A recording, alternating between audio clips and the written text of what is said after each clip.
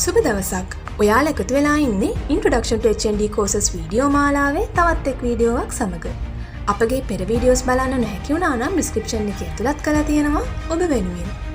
ඉතින් අද අපි ඔබ වෙනුවෙන් තොරතුරු ගෙන එන්නේ උසස් ජාතික විදුලි හා විද්‍යුත් ඉංජිනේරු ඩිප්ලෝමා පාඨමාලාව පිළිබඳව.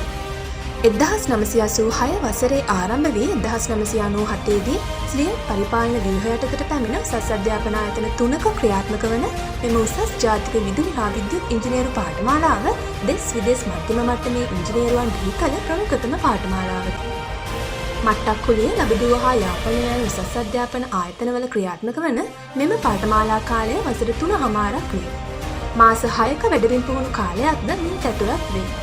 එමෙන්ම 142ක ඉහළ ක්‍රෙඩිට් ප්‍රමාණයක් මෙම පාඨමාලාවට හිමි වී තිබීමෙන් මෙම පාඨමාලාවේ වටිනාකම ගැන ඔබට අවබෝධයක් ලබා ගත හැකිය.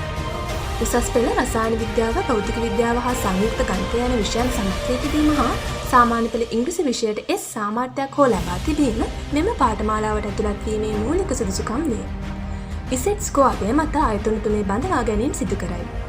ඉහළ පෙළේ රජයේ හා පෞද්ගලික අංශයේ ආයතනවල වැඩබිම් පුහුණුව හිමිවන මෙම පාඨමාලාවට ඩිග්‍රී මට්ටම දක්වා යාම සඳහා බොහෝ උසස් අධ්‍යාපන ආයතනවල නිදහස් වීමද ලබා දී ඇත. පාඨමාලාවේ පළමු මාස 6න් පසු මෙහි දැක්වෙන ආකාරයට GPA මට්ටම හා Tamanගේ කැමැත්ත අනුව මෙම අංශය යටතේ ඉදිරි අධ්‍යයන කටයුතු කිරීමේ හැකියාව ඇත. දැනට ලෝකයේ ඇති හා ශ්‍රී ලංකාවේ පෙර තිබූ ඉංජිනේරුවන්ගේ පිළිගැනීම අනුව ඉන්කෝපරේටඩ් ඉංජිනේර යන මට්ටමේ ඇති මෙම පාඨමාලාව පසුව ශ්‍රී ලංකාවේ සිදු කළ ඉංජිනේරුවන් කොටස් 6කට බෙදීමේදී ඉංජිනේරින් ඩිප්ලෝමේට යන මට්ටමේ පිහිටා ඇත. විශ්වවිද්‍යාලයට පසු විදුලි හා විද්‍යුත් ඉංජිනේරු සිහිනය සැබෑ කර ගැනීමට හොඳම තෝතැන්න වන HNDEE පාඨමාලාව රාජ්‍ය විශ්වවිද්‍යාලයක සේම ක්‍රියාත්මක වන රජයේ පාඨමාලාවකි. ශ්‍රී ලංකාව තුළ හා විදෙස් රටවල ඉහළ පෙළේ රැකියාවන්හි නිරත වීමට අවස්ථාව සලසා දී ඇති මෙම පාඨමාලාව දහස් සංඛ්‍යාත ඉංජිනේරුවන් බිහි කර ප්‍රමුඛතම පාඨමාලාවකි. HNDEE පාඨමාලාව පිහිටා ඇති ආයතනයන්ගේ තොරතුරු මෙහි දක්වා තිබෙන අතර ඒ හරහා එම ආයතන සම්බන්ධ කර ගැනීමේ හා එම ආයතන ගැන තොරතුරු දැන ගැනීමේ අවස්ථාව ඔබ සතුව ඇත.